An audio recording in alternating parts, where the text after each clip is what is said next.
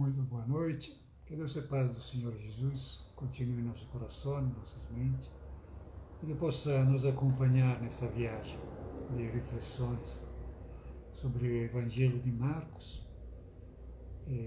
Hoje vamos finalizar o capítulo 7, que diz o seguinte, a partir do versículo 24.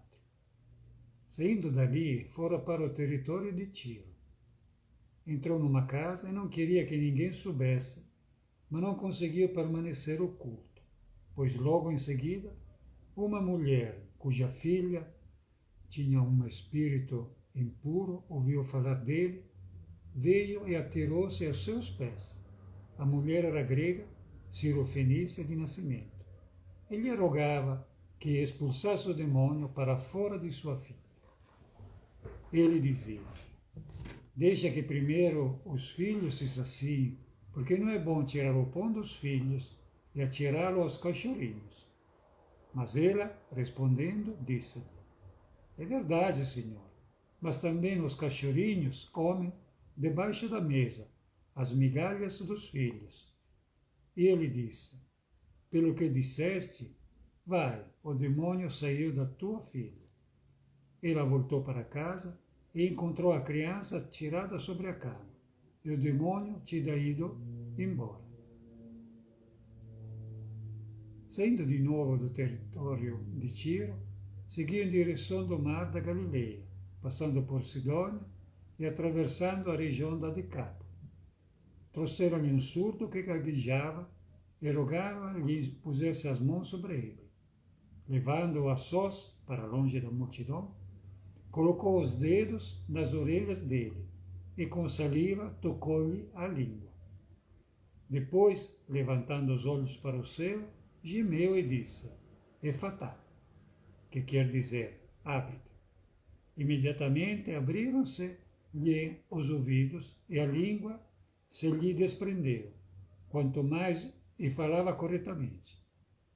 Jesus os proibiu de contar o que acontecera, mas, quanto mais o proibia, tanto mais eles o proclamavam. Maravilhavam-se sobremaneira, dizendo: ele fez tudo bem, faz tanto os surdos ouvirem como os surdos falarem. Bom, aqui nós vemos mais uma vez a extensão da missão de Jesus. Porque Jesus, na realidade, ele está fora dos territórios da Galileia, quer dizer, fora do território onde tinha o reino dos judeus. Tinha outros judeus também, mas ele era além do rio da Jordão, que seria a Jordânia hoje em dia. Então, quando muitas vezes fala, Jesus veio somente para os judeus, os judeus queriam se fechar e pegar Jesus como um profeta, e continuar fazendo a mesma vida que fazia antes. Jesus, efetivamente, ele falou, não vim a abrogar a lei, só que, entretanto, falou, mas a cumpri-la. Quer dizer, porque a lei continua a lei, só que a lei de Deus, que não é apenas a lei de Moisés, quer dizer, a Torá, o Pentateuco, ao qual os judeus continuam ainda hoje enraigados. E eles não vão deixar de sair daquele que o apóstolo Paulo falou, a letra. Mas Jesus veio a dar o cumprimento ao espírito da letra, que isso que é importante. Que também já no Antigo Testamento, os profetas tinham comentado isso. Entretanto, para voltar àquilo que são considerações nossas como cristão, nós vamos ver que Jesus efetivamente saiu atrás de ampliar os conhecimentos da vinda do reino do céu aqui na terra. Porque veja bem, Jesus não veio a falar que existe um Deus único, que Deus é soberano, o Criador. Não, ele veio a falar que tem o reino dele. Quer dizer, ele dava já por, eh, por, por entendido que existe um Deus único. Então ele quer dizer, mas o Deus, o reino de Deus aqui na Terra, o reino material, está chegando, que praticamente vai ser um reino espiritual, quer dizer, espiritualmente falando, evoluído, não é um reino de antigamente. Então ele se repara com situações onde tem essa mulher, por exemplo, que se atira aos pés dele, só que essa mulher, ela não é judia. Ela, vamos dizer que é normal para ela se atirar aos pés, porque ela pode pensar que ele é Deus, não? Porque já os judeus, ele não se atirava aos pés de ninguém. Ele só se prostrava na frente de Deus, não? Só que ela tinha tanta fé, que Jesus, o que ele fez? Ele curou à distância a filha dele. E ele já tinha feito isso, já está em outras passagens do Evangelho. Entretanto, aqui qual é o que ele quer dizer? Que ele, primeiramente, se recusa. Isso que é interessante. Fala, mas como Jesus não faz? É que, vamos dizer, ele não vai lá para curar todo mundo. Ele veio aqui não é para curar as pessoas, para dar de comer às pessoas. Ele veio aqui para proclamar e, como dizer, e testemunhar que o reino de Deus aqui já chegou. Isso que quer dizer Jesus. Porque já em outras oportunidades ele falou, eu vim aqui para falar que vai chegar o reino de Deus. Eu vou dizer mais, ele já chegou. Então para aí, fala, como é o reino de Deus que tem tanta maldade, tem tanta pobreza, tem tanto desafios assim? Para aí. Mas ele não falou para quem chegou, que já está aqui para quem. Porque tem pessoas que já estão vivenciando isso. Já na época de Jesus, que são os profetas, que são as pessoas, tipo essa mulher. Ela já está vivenciando o reino de Deus. Porque ela queria que a filha se curasse, que a filha fosse libertada desse demônio. Ela foi libertada. Então é um milagre. Quer dizer, é o reino de Deus. E isso dentro do nosso entendimento. Porque, de outra maneira, o que Jesus veio fazer aqui? Por que Jesus falava tanto disso? Tem que se refletir sobre esses questionamentos. E só um adendo, não, que é uma coisa assim porque Jesus fala, não é bom tirar o pão dos filhos, tirá-lo aos cachorrinhos. Por que fala? Porque os judeus, na mentalidade dele, eles consideravam os gentios, quer dizer, aqueles que não eram judeus, como cachorros, cães, né? Como? Em contrapartida, efetivamente, os gentios falavam que os judeus eram cães, era muita era uma falta de consideração.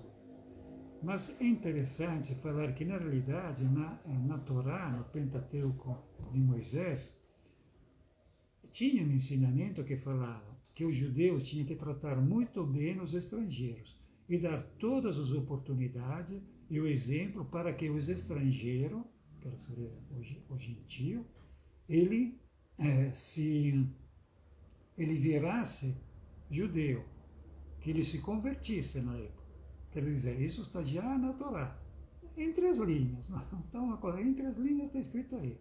Só que depois, no dia a dia, não aconteceu isso, né?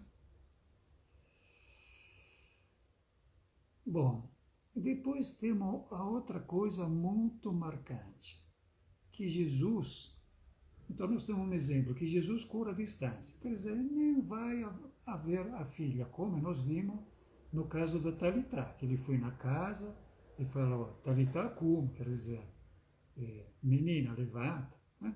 Beleza. Aqui vem um surdo, imundo, e ele vai, como dizer,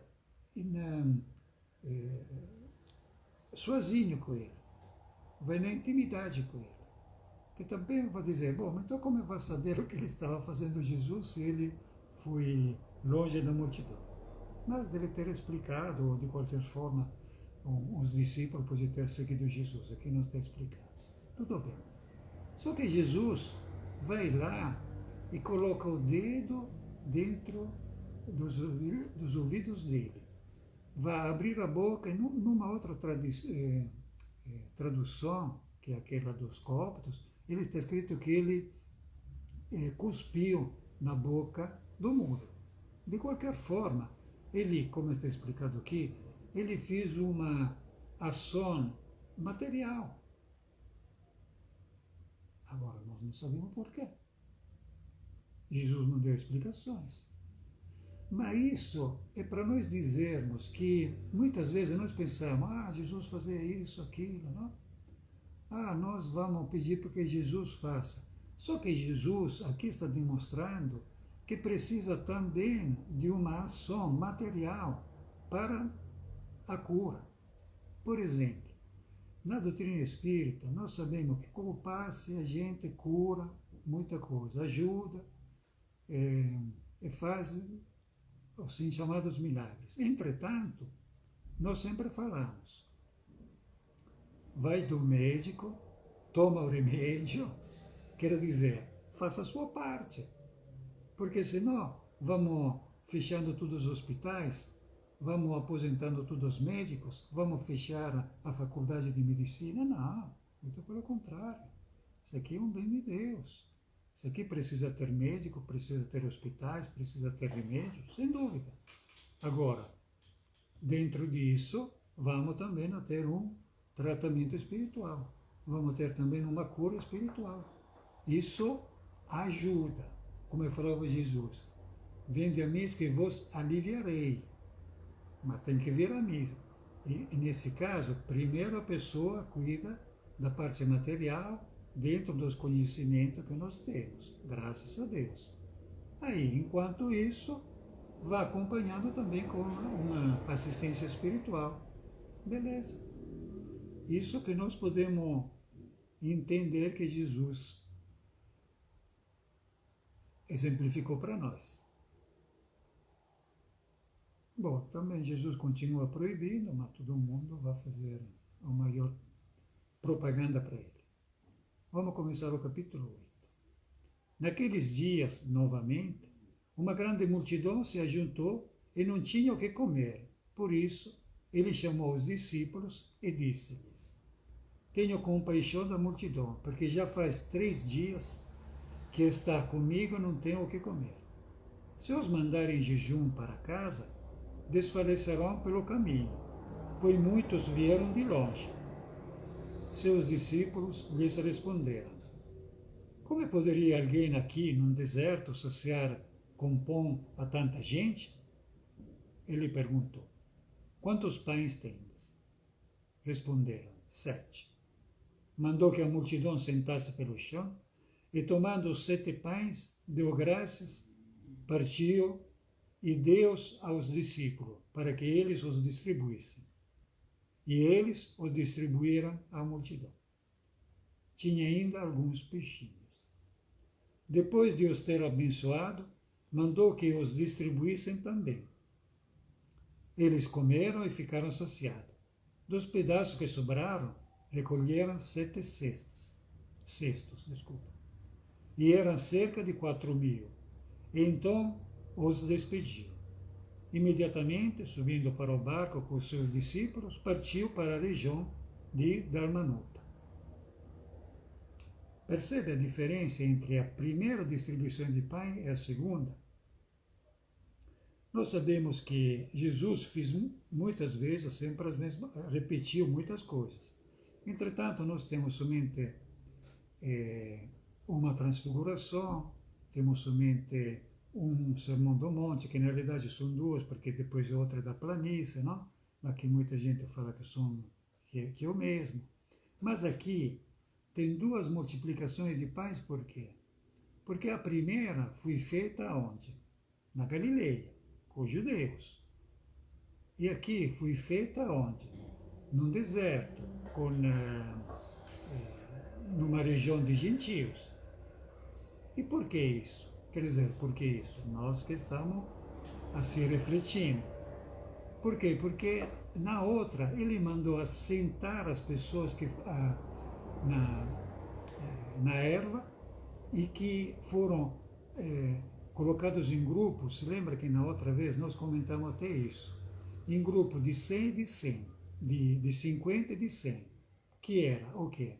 Era a formação do exército dos judeus, de 50 e de 100. Outra vez eu falei que também parece uma centúria romana, mas efetivamente isso era uma coisa do Antigo Testamento, quando eles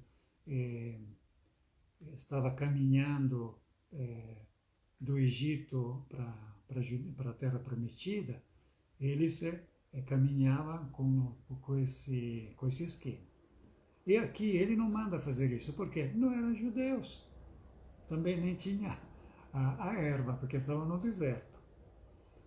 E ele fala que abençoou e depois já foi embora. Na outra, na realidade, ele ficou, Jesus, para se despedir da multidão. Nós comentamos, não? Que talvez ele deu até instruções para aquele povo, porque como é que era muito firme na fé, e ele deu para comer, como dizer, pagou ele, não? Porque ele estava para a fidelidade deles, né? E deu umas instruções. Não está nos evangelhos, é uma reflexão que nós estamos fazendo. Isso eu quero dizer que Deus, Jesus no caso, ele cuida de todo mundo, só que cuida de maneira diferente. Ele dá para comer para todo mundo, só que também de maneira diferente, diferencia um pouco. Isso é normal, isso é uma coisa natural. E se é natural para nós, imagina para Deus. E mas também tem outra coisa. Se Deus faz isso, por que nós não fazemos também com o nosso semelhante?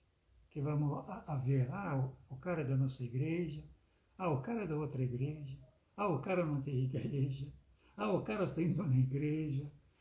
Então, tudo isso são, como dizer, mentalidade, pensamento, que nós precisamos policiar. E dizer, mas será que Deus não está fazendo chover para todo mundo? Está mandando o sol para todo mundo? Está dando a comida para todo mundo? Quem somos nós para dizer, aquele precisa isso, aquele necessita aquilo, aquele merece, outro não merece? Temos que ter cuidado com isso, claro. E como fala Jesus, nós temos livre-arbítrio e temos o entendimento, acho que mais para frente ele vai dizer isso, para julgar as coisas, para entender se naquele momento o que precisa as pessoas, o que Deus tocando no nosso coração manda fazer, porque no caso é um mandamento. Lembra que nós já comentamos? Porque tudo será perdoado, menos o pecado que seria o menosprezar o Espírito. Quer dizer, quando nós estamos tocados no nosso Espírito, no coração, no sentimento, aí tem que fazer. Porque é Deus que está mandando. Então que isso possa ser a reflexão para nós de hoje, para essa semana, que possamos ter sempre mais uma semana abençoada e com a vontade de Deus, com a permissão de Deus, na semana que vem tem mais. Muita paz.